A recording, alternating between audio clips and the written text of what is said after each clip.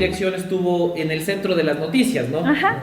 Que es el tema de la ley. Ustedes explicaron, recuerdo que incluso vinieron acá mismo para hablar del tema, lo hicieron con un compañero, con Roberto Rueda, pero me preocupa que era un tema central, neurálgico, que se habló mucho, que se notó las vulneraciones que podían pasar, pero todavía no tenemos ley y ni siquiera ha avanzado significativamente dentro de la Asamblea, ¿no? ¿Cómo ve usted esto? Un tema que es el problema de muchas leyes, ¿no? El tema es que ese rato llama mucho la atención, todo el mundo participa, todo el mundo dice, es necesaria, es urgente una ley. Pasan 2 semanas y la Asamblea se olvidó. Y es triste porque la dificultad ahí es que hasta que nos vuelva a pasar, otra vez vamos a volver a hacer conciencia, porque no es que la realidad ha cambiado. Exactamente. Entonces, sabemos que en este mes ofreció la Asamblea darle prioridad ya para discutir el articulado.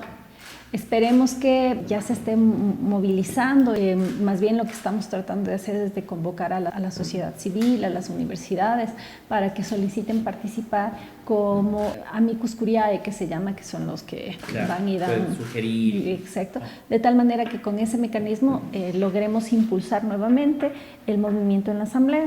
Y también estamos haciendo lo mismo con medios de comunicación, que vuelvan un poco a recordar la problemática, a recordar la importancia, la priorización que es indispensable, porque sabemos que en la Asamblea siempre habrá temas importantes, pero el de la seguridad, el de la protección de los datos personales, creo que debe ser reconocido como prioritario. ¿Qué hacer para lograr precisamente eso? De pronto, si usted como autoridad puede recordarle a través del Expreso a la gente y a los asambleístas cuáles son los riesgos que estamos corriendo si no logramos hacer una ley que blinde la información de los ecuatorianos, ¿qué puede pasar?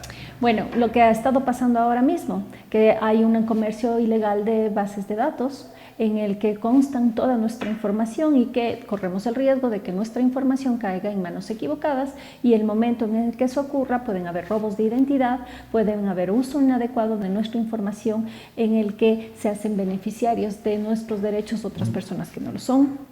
Además, puede ser que usted mismo no se dé cuenta que no ha podido acceder a un derecho porque una base de datos está equivocada en el origen y le niegan un derecho o le niegan un servicio y usted no sabe ni por qué le han negado, o porque le han subido un costo, o porque le han retirado de un servicio, porque simplemente la base de datos no está llevada en debida forma.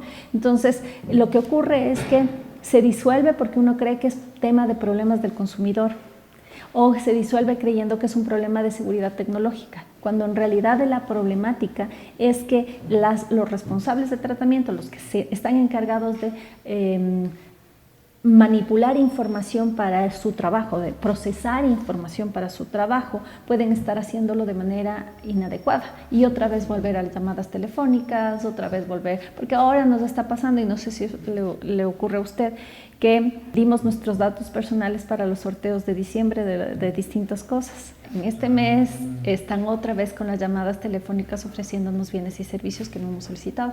Es porque ya les dimos toda esa información en diciembre y actualizamos esas bases de datos y otra vez están en eso. Y no hay el marco legal. No hay el marco legal, porque sí es posible hacer esto, pero es posible hacer esto cuando me dicen, cuando yo sé para qué están usando. Porque, por ejemplo, ahora me llaman, estoy hablando con el titular de la línea, ya ni siquiera saben quién es el titular, solo tienen el número de teléfono, ¿no?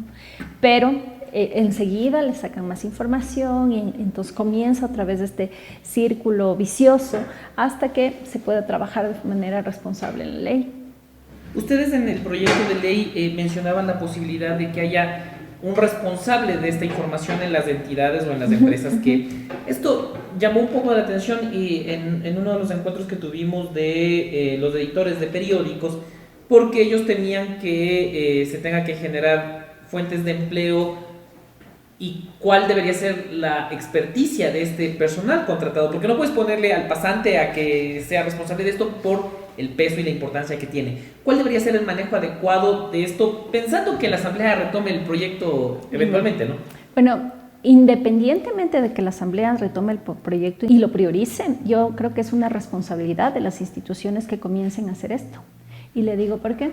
Porque si la siguiente filtración no es en una entidad privada como Nueva Estrada, sino es en su periódico, es en una universidad, etcétera, Eso va a ser un golpe de credibilidad para la institución. Y entonces, dentro de lo que se llama la accountability, que es el anticiparse a estos posibles eventos de fallos o de riesgos de seguridad, es importante asociarlo con una autoridad que ya existe. Por ejemplo, aunque no es lo óptimo, pero en este momento es lo que hay, debería ser el responsable de seguridad de la institución.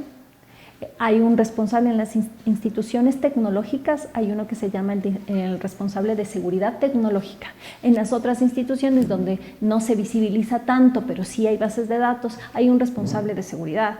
¿Por qué? Porque estas, por la formación, tienen un poquito más de criterio como para saber, para poder medir los riesgos. Le digo, no es lo óptimo porque le hace falta una formación especializada, pero como usted bien menciona, el problema de la seguridad es que uno no puede decir, es que no sabía, o es que no hay norma, que es lo que le pasó a Novastrad. Es responsable y verá cómo la ley ya a nivel penal le va a sancionar por esa negligencia o incluso ese dolo de algún empleado que se fue llevando una información que no debía. Entonces, sí hay que tener esta preocupación. Por ejemplo, las empresas serias que están trabajando en ISO 27001, que son las antisobornos, y las de 37000, lo primero que te dicen, designa a alguien que esté vigilante, no solo de la seguridad perimetral, sino que aunque la normativa aún no esté, designa a alguien que esté pendiente de la seguridad de los datos o de la protección de los datos, porque este es un alto riesgo. O sea, hay que reconocer que dentro de los riesgos es un equivalente a un riesgo de incendio. O sea, uno no puede estar ahí creyendo que no le va a pasar. Que no va a pasar, claro. Y más con el estado en el Ecuador que tenemos de uso ilegal de bases de datos. Sobre la 27001, Sercop, Petroamazonas, Petroecuador, Sercop ya con la que recibió, ustedes también están trabajando en esto, y esto es poco iniciativa, no es obligatorio, pero ha sido una iniciativa de entidades como las que mencioné. ¿Qué hacer hasta que exista la ley? Uno es esto de comenzar a ver a alguien que vigile, buscar la ISO.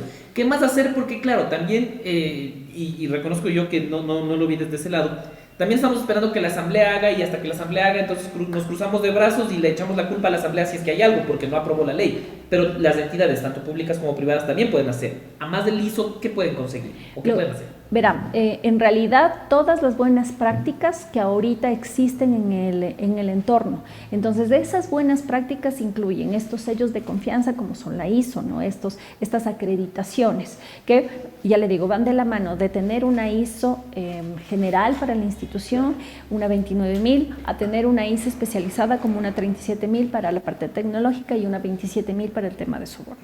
Eso es como lo mínimo que se puede hacer. La conciencia de que nuestro oficial de seguridad tiene que también ser oficial por el momento de datos personales y que en consecuencia se sigan preparando. Nosotros como DINARDAP, por ejemplo, acudimos ante las instituciones que nos pidan, nos digan qué mínimos tienen que cumplir, y nosotros decimos, a ver, si la ley fuera aprobada mañana mismo, estos son los mínimos que tiene que cumplir. Si la Asamblea aprueba más o aprueba menos, no importa. Este es el marco. Este es el marco mínimo. Es que va a seguir siendo responsable la empresa a nivel civil, a nivel penal.